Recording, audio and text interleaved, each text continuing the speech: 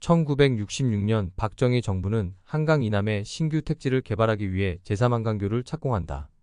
2년 5개월 만에 경부고속도로가 완공되자 서울과 부산이 5시간 만에 연결된다. 한남대교 개통과 경부고속도로 완공으로 대한민국 최초의 대규모 강남 택지 개발이 펼쳐진다. 남북 분단의 영향으로 박정희 정부는 강북 서울의 인구를 한강 이남으로 옮겨 수도의 기능을 분산시키기로 한다. 강남 지역의 대규모 택지 개발 계획에 따라 세 차례나 구역이 확장되며 1970년 제방 및 매립공사가 진행된다. 말죽거리 인근을 중심으로 주택가격이 폭등하며 한남대교 건너편의 땅값이 치솟는다. 1972년 11월 영동일로부터 영동육로까지 종축도로가 완공되자 주요 인프라와 고급 아파트 등 주거시설이 들어선다. 1976년은 재테크의 양대 산맥 중 하나인 부동산 시장 60년 주기의 출발점이다. 현대산업개발은 압구정에 현대아파트를 분양하고 서울시는 여의도를 개발하기 위해 시범 아파트를 짓는다. 박정희 정부는 재정 수요를 충족시키기 위해 1977년 7월 1일 부가가치세를 도입한다. 조세 부담률이 20.31%로 오름에 따라 인플레이션 압력과 건자재 가격 상승으로 분양가가 치솟으며 매수 열기가 전국으로 확산된다. 1978년 8월 8일 부동산 투기 억제 및 지가 안정을 위한 종합대책을 내놓지만 박정희 정부는 카터 행정부와의 갈등으로 총체적 위기에 빠져든다. 연방준비은행 폴 볼커의 강력한 금리 인상에 이어 석유 가격까지 폭등하자 세계 경제는 심각한 경기 침체에 들어선다. 1979년 10월 박정희 대통령의 시해로 충격에 휩싸인 한국 경제는 유가가 배럴당 14.8달러에서 39.5달러까지 치솟으며 1980년 제2차 석유 파동을 맞는다. 군사 쿠데타로 출범한 전두환 정부는 6.28 경제 활성화 조치로 소비자 물가를 1983년 3.4까지 떨어뜨린다. 연준의 공격적인 금리 인상에 소비자 물가 상승률이 2.36%까지 떨어지고 석유 가격 또한 안정을 찾자 1984년부터 3조 호황을 시작한다. 1985년 플라자 합의로 엔화는 70% 이상 절상된 반면 한국의 원화 절상은 11.2%에 그쳐 상대적으로 수출 경쟁력이 강화된다. 1986년 병인년은 발전의 싹이 움트는 때로 대한민국 운명의 여름이다.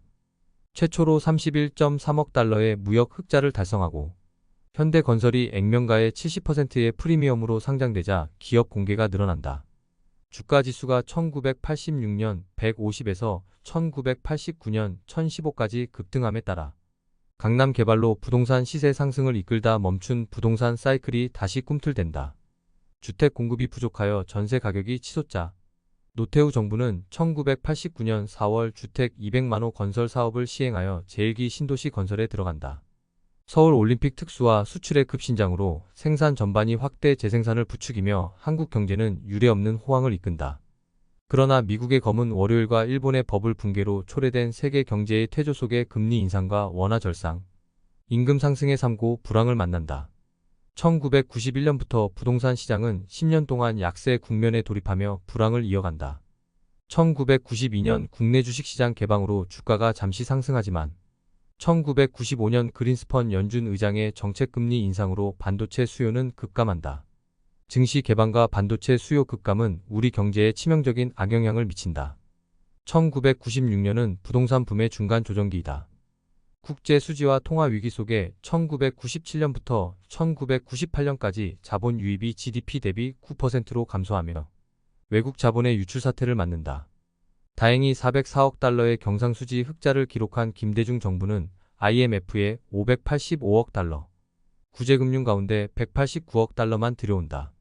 대우그룹이 41조 원의 분식회계로 파국을 맞으며 금융시장이 불안하자 1999년 카드에 대한 규제를 완화한다. 2002년의 카드 대란 속에 부동산 시장은 1991년부터 시작된 10년간의 약세 국면을 벗어난다. 기업들의 투자 수요는 감퇴한 반면 가계 저축이 늘어남에 따라 시중은행들이 가계 대출을 주도하자 2003년 가계 부채가 322조 원에 이른다.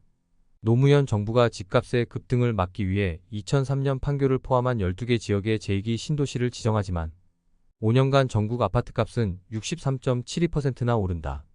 상승세는 아파트에만 그치지 않고 재건축과 주상복합에도 수요가 몰려 부동산 광풍이 일어난다. 2006년은 부동산 거품의 팽창기이다. 한국은행은 금융위기로 시작된 경기 침체에 대응하기 위해 금리를 최저 수준으로 내린다. 광의의 통화량이 폭발적으로 늘어나며 부동산 절정이 가시화된다. 신도시 건설의 영향으로 인구가 수도권에 집중됨에 따라 특정 지역의 아파트만 오르는 차별화 현상이 나타난다. 강남과 강북의 차이 속에 서울 아파트 실질 매매 가격은 2007년까지 28% 상승하지만 전국 아파트 가격은 2.4% 하락한다.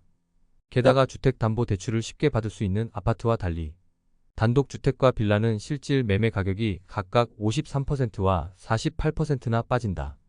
정부 주도 주택 공급의 한계 속에 제한적으로 수도권 그린벨트를 해제하지만 수도권의 주택 공급은 여전히 부족하다. 그린벨트는 노무현 정부에서 654제곱킬로미터, 이명박 정부에서 75.18제곱킬로미터, 박근혜 정부에서 32.8제곱킬로미터를 해제한 바 있다. 박근혜 정부는 2014년 중앙은행의 저금리 정책과 맞물려 부동산 부양책으로 내수 활성화를 시도하지만 가계부채가 812조 원으로 폭증한다. 2016년은 부동산 거품의 조정기이다.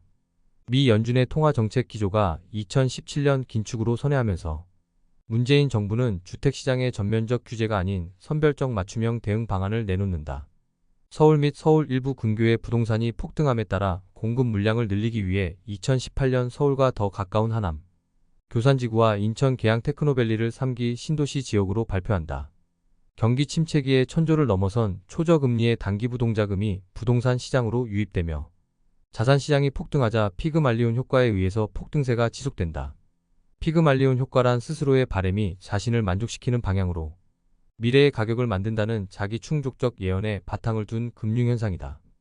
UBS는 세계 25개 도시의 사람들이 버는 소득 대비 집값으로 1.5를 넘으면 버블로 본다. 2023년 통계에 따르면 스위스 7위는 UBS 1.71로 1위이고 일본 동경이 1.65로 2위이다. 서울은 통계에서 빠졌지만 대략 1.54 정도이기에 버블 지수가 높은 편에 속한다. 주택시장의 은행권 가계대출 잔액이 1247조 원이지만 가계대출 연체율은 0.35%의 수준이기에 버블의 원인은 공급 부족에 있다.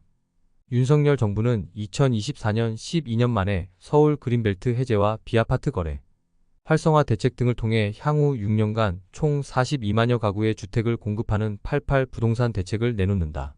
서울 아파트값 상승률이 6년 만에 최고치를 기록하는 가운데 연준의 기준금리 인하로 한국은행의 금리 인하가 유력한 상황이라 집값을 잡기에는 무리라는 비판이 있다.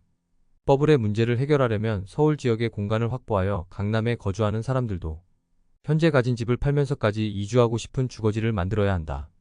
서울에는 지면에서 말하기 곤란한 버블 세분을 대체할 주요 핵심 공간 몇 곳이 있다.